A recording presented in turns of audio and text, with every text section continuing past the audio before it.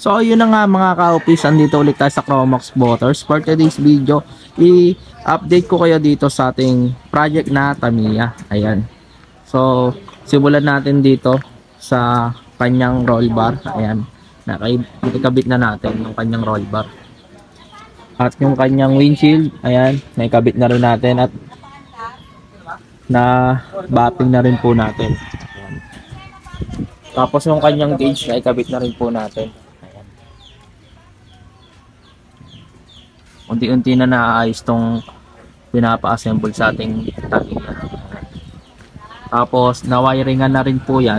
Tapos yung nailagay na rin natin yung kanyang taillight, ayan. Nagana na rin po yan. Nailagay na rin po natin yung kanyang taillight. Ayan. So marami-rami pang babaguhin dito sa unit na to. So abang-abang lang kaya mga ka-office. Ayan. Silipin nyo may yung mga ka-office.